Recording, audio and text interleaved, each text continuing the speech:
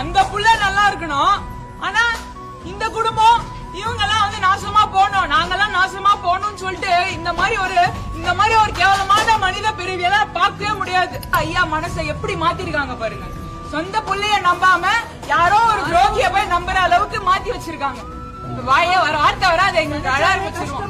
அதெல்லாம் வந்து எங்களால முடியல. அதுக்கு இந்த துரோகத்துக்கு காரணம் வந்து இந்த ஜி.கே. மணி அவர் தான். அவர் வந்து அவரோட புள்ளை வந்து பாருங்க, நல்லா அவர் புள்ள நல்லா இருக்கணும், எந்த குடும்பம் நாசமா போகணும்னு சொல்லிட்டு அவங்க இது பண்றாரு. எனக்கு குழந்தை பிறந்திருக்கு, 5 மாசம் குழந்தை. அந்த குழந்தைய வந்து பார்க்க கூட விடல இந்த ஜி.கே. மணி ஐயா. வந்து என் குழந்தைய கூட பாக்கல,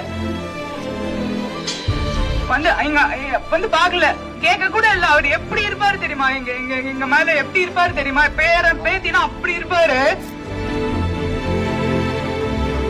உங்களுக்கு தெரியும்ல நாங்க எப்படி இருந்தோம்ட்டு. எங்க குடும்பம் எல்லாம் நீங்க பாத்துருக்கீங்கல்ல.